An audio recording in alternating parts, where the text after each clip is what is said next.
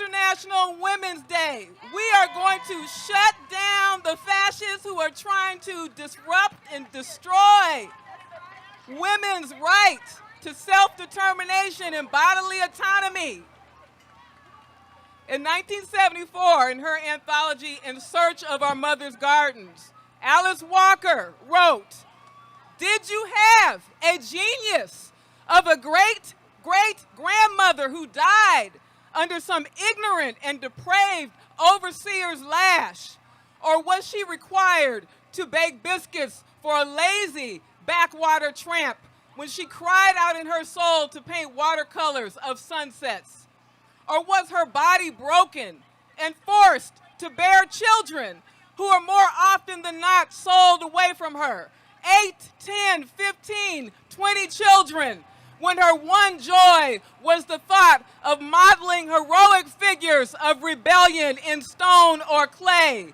It is a question with an answer cruel enough to stop the blood." Walker's visionary words call up a brutal history of institutionalized rape and forced childbearing inflicted on enslaved black women.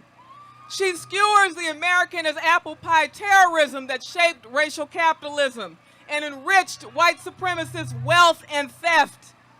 For decades, we pro-abortion, unapologetically pro-abortion black feminists have stood for Roe and on-demand access to abortion as a fundamental, inalienable human right.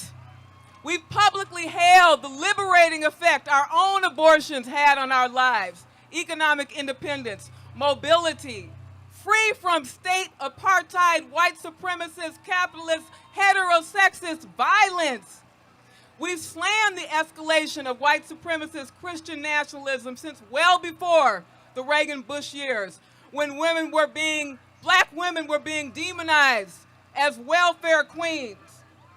We've insisted that black women's leadership in reproductive justice and economic justice resistance be foregrounded as a counterweight to the narrow pro-choice agenda advanced by white women feminists.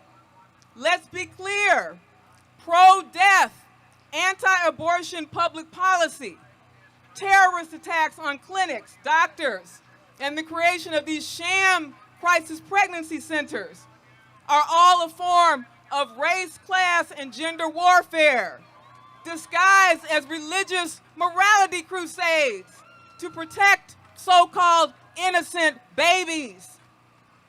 There are 59 countries globally that have actually expanded abortion protections, while the U.S. is in reverse, the so-called exceptionalist U.S. The capitalist theocracy who put this thug Christian fascist supermajority on the Supreme Court are saying "fuck you" to women and LGBTQ folks with a bloody coat hanger. They're spewing the toxic sanctimony of Christian morals while shutting down equitable access to health care, to living wage jobs, to universal child care, to voting rights, and anti-racist, pro-queer education, as well as decarceration. And we've seen in fascist states like Texas and Florida how they are terrorizing trans kids. They are terrorizing non-binary kids with legislation that seeks to criminalize queer identity, that seeks to witch hunt LGBTQ families who are supporting their children, that seeks to witch hunt and muzzle teachers that are unapologetically supporting queer, trans, non-binary, and non-conforming youth. This perfect storm of domestic terrorism drives the theft we know of decades of multi-generational wealth of communities of color. It's because of this that black women only have a minuscule penny to the dollar of white families. It's because of this that Latinx women and indigenous women earn less than 60 cents than white cis men. This pro-death regime does not want a free-thinking, unbought and unbossed working class. It relies on lies and cultural propaganda to victim blame and victim shame women of color into moral submission. Over a decade ago, some of us know that the right propagandized that abortion was quote-unquote black genocide. It pissed on generations of reproductive justice activism by freedom fighters like Sister Song, by freedom fighters like the Kamhi River Collective, which was a black lesbian socialist movement.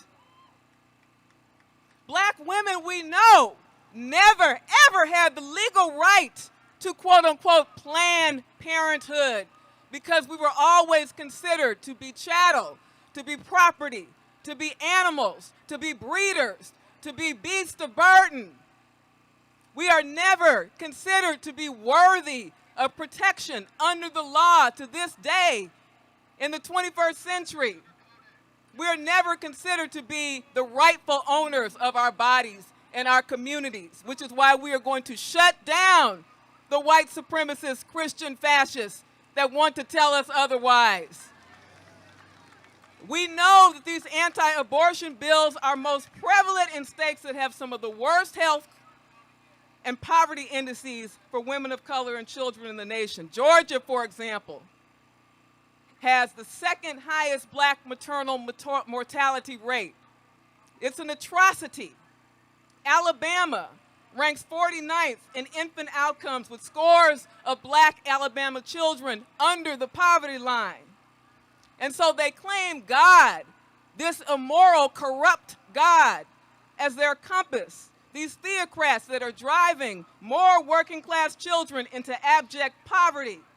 2 decades ago, when I gratefully and appreciatively and unapologetically and swaggeringly had an abortion in LA and in Connecticut, we had the very same trolls right out in front of the clinics trying to shut our rights down.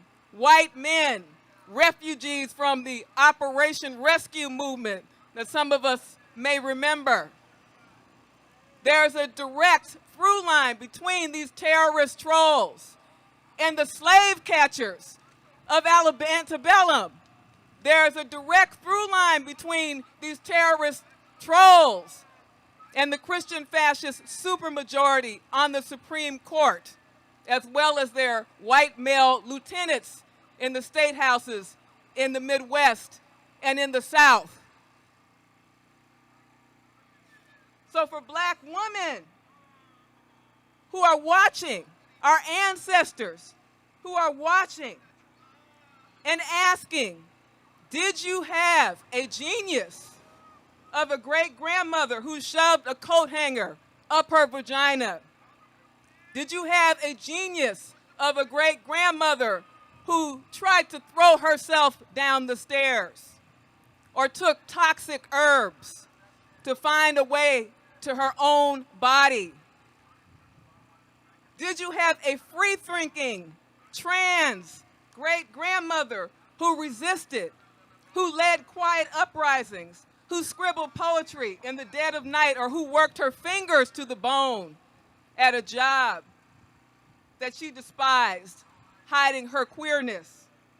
Did you have one who time traveled, dreaming of your existence, hungering for you to demand justice now in their name, and who conjured you here now, waiting for you to answer that we will not back down, that we are fighting for abortion on demand, out, proud, and without apology, and without retreat, against the terrorists, against the fascists, against the theocrats, and against this lie of American exceptionalism?